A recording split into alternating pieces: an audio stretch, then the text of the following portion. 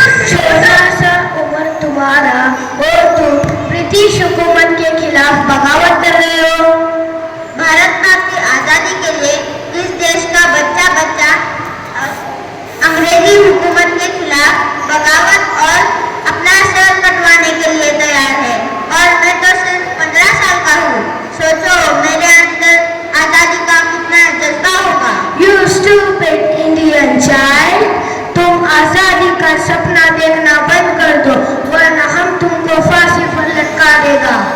जो बसंती चोला पहनकर जान हथेली पर लेकर निकलते हैं उन्हें फांसी के फंदे का खौफ नहीं होता। और रही बात आजादी के सपने की, और वो सपना तो ब्रिटिश हुकूमत देख रही है हम पर और राज करने का, क्योंकि अब हम आजादी लेकर रहेंगे। तुम्हें ब्रिटिश हुकूमत की ताकत मालूम है? हमारे पास गोले हैं, तोहफे हैं, बारूद है, बंदूकें हैं। तुम्हारे पास क्या है? लाठी। हमारे पास तुम्हारी बंदूकों की गोलियां सीने पर खाने वाले नौजवान हैं। Enough is enough.